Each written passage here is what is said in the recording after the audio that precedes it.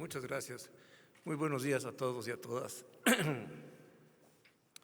Senadora Laura Itzel Castillo, presidenta de la mesa directiva de la Comisión Permanente del Congreso.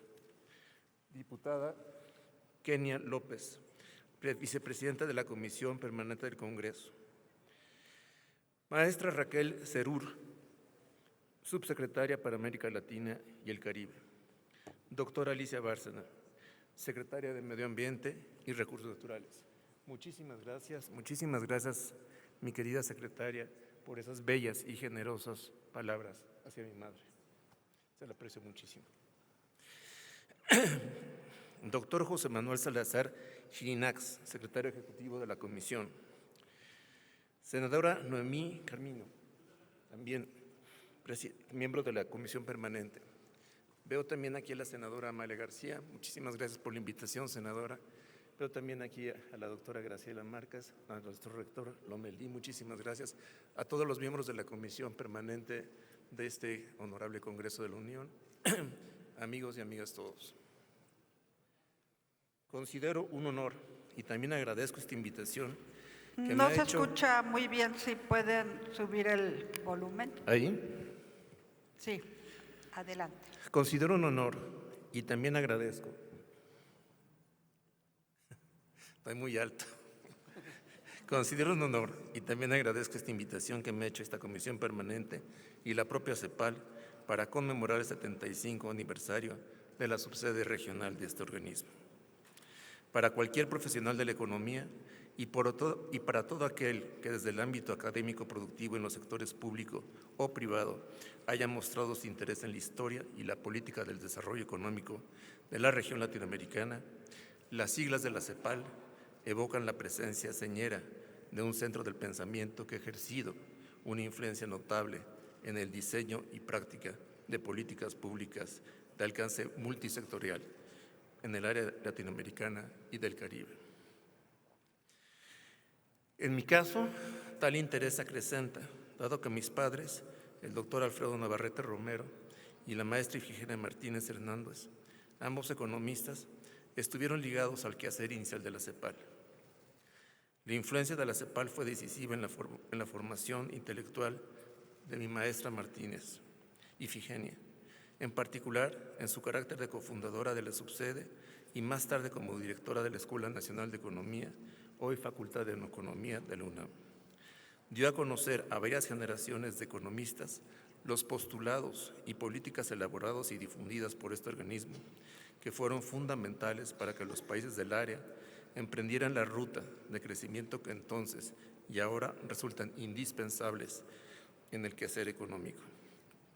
El llamado pensamiento cepalino defendía la industrialización, la reducción de la dependencia externa y un papel activo del Estado en el desarrollo.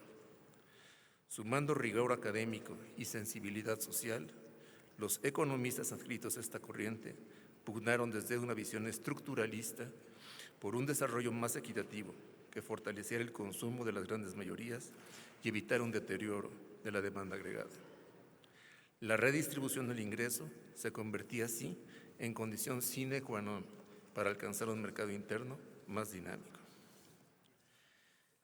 Encabezada durante su primer año de existencia por Gustavo Martínez Cabañas, por cierto muy amigo de mi mamá, se encomendó a este abogado y economista mexicano sentar las bases sobre las que luego operó la CEPAL. Durante los siguientes años, este secretario ejecutivo desarrolló una fructífera carrera dentro del sistema de Naciones Unidas y en el sector público y académico de su país. Tomó luego la batuta el argentino Raúl Prebisch, quien desde el organismo desarrolló y esclareció la teoría de la dependencia, explicada a partir de una economía internacional que operaba sobre un sistema centro-periferia, que en su propio diseño incubaba una relación desigual entre los países industrializados y los en desarrollo. Tal contradicción por necesidad se traducía luego en un deterioro de los términos de intercambio desfavorable para los socios más débiles de la ecuación. A Prebisch le sucedieron otros economistas notables que, ajustándose a paradigmas de nuevo cuño, mantenían la misión del organismo al tiempo que su visión se enriquecía con la inclusión de exigencias más recientes. Sin pretender ser exhaustivo, pienso en el uruguayo Enrique Iglesias, el guatemalteco Gert Rosenthal, el colombiano José Antonio Campo, la mexicana Alicia Bárcena y actualmente el costarricense, el doctor Salazar Girinax. En ocasiones a la limón, con organismos de integración subregional como la OLADE o las agencias especializadas como el Programa de Naciones Unidas para el Desarrollo y con agencias promotoras del desarrollo en países avanzados como la Sociedad Alemana para la Cooperación Internacional.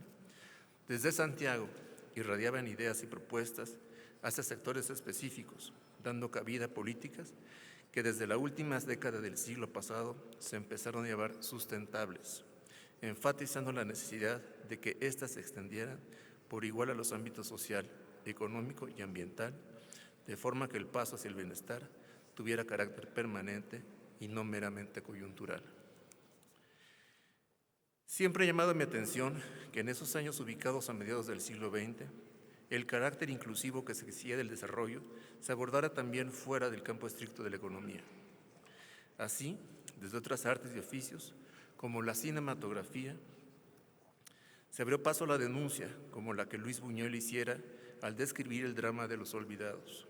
Un poco más tarde, en espacios caracterizados entonces por inercias conservadoras, como las de un sector de la Iglesia Católica, empezaron a soplar vientos nuevos que hablaban de la necesidad de una teología con carácter deliberador.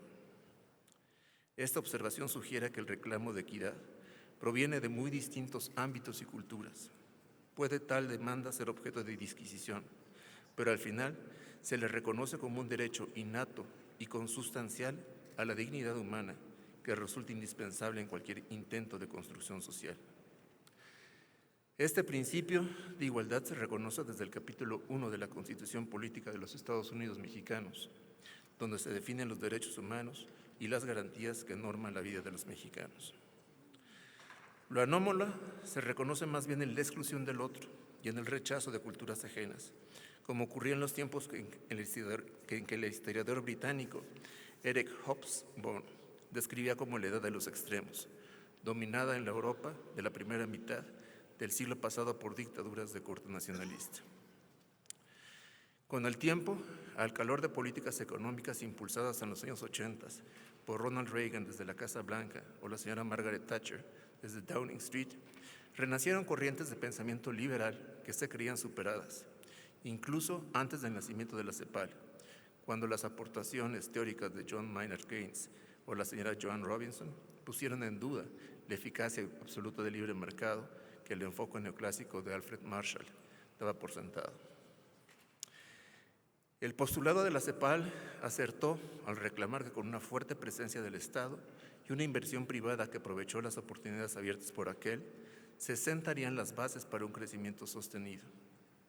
Los economistas de la CEPAL insistían en que la tarea pendiente para la región latinoamericana era no solo incorporar el progreso técnico en sus procesos productivos, sino conjugar crecimiento con equidad, como bien lo explicaron en su célebre tesis expuesta en Industrialización en América Latina, el chileno Fernando Pfannenstiel. Esta perspectiva histórica, necesariamente simplificada, llevaría a la pregunta siguiente: ¿cuál es hoy la perspectiva de desarrollo para América Latina? En medio de presiones de todo tipo por parte de los Estados Unidos y con la recomposición de las corrientes de comercio internacional merced al nuevo mercantilismo impulsado desde Washington, ¿qué destino tiene la relación comercial de los países del área con aquel otro que es el principal consumidor de los bienes producidos en la región? Los términos de intercambio de los que hablará Prebisch permiten entrever una relación comercial sostenible entre los participantes en tal intercambio. ¿Cuáles son, en suma, las transformaciones para el desarrollo de la que está urgida la región latinoamericana y del Caribe?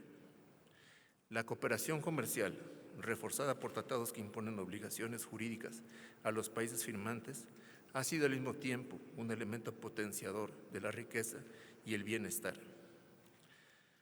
Durante la reflexión y el análisis, la CEPAL ha ayudado a los países del área latinoamericana a enfrentar el embate arancelario que viene del norte.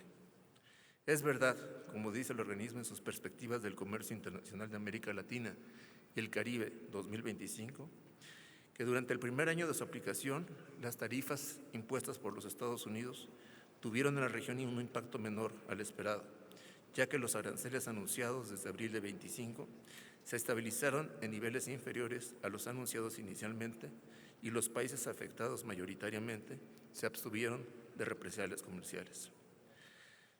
Pero en cambio, para el año en curso, de acuerdo con la Organización Mundial de Comercio, los flujos de comercio global se verán afectados sustancialmente y alcanzarán tasas mucho menores a los de años previos, toda vez que se han diluido los factores transitorios que antes amortiguaron la caída.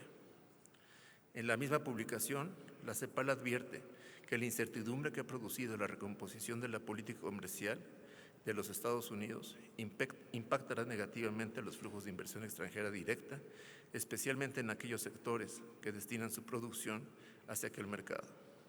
Por ende, luego de una etapa inicial de contención y control de daños, en el largo plazo deberían buscarse opciones para una diversificación de la relación comercial, buscando atenuar riesgos futuros. Esta opción entraña dificultades en el plano político, si se tiene en cuenta que junto a una integración reconocida o no, enfrentamos el reto de mitigar los riesgos. Creo, en suma, que debemos felicitarnos por la influencia virtuosa que la CEPAL ha desplegado en los países del área.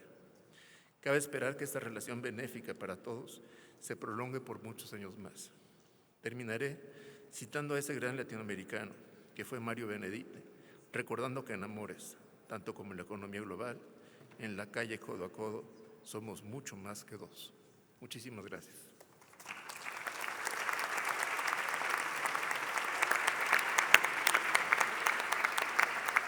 Muchas gracias, doctor Navarrete Martínez. Agradezco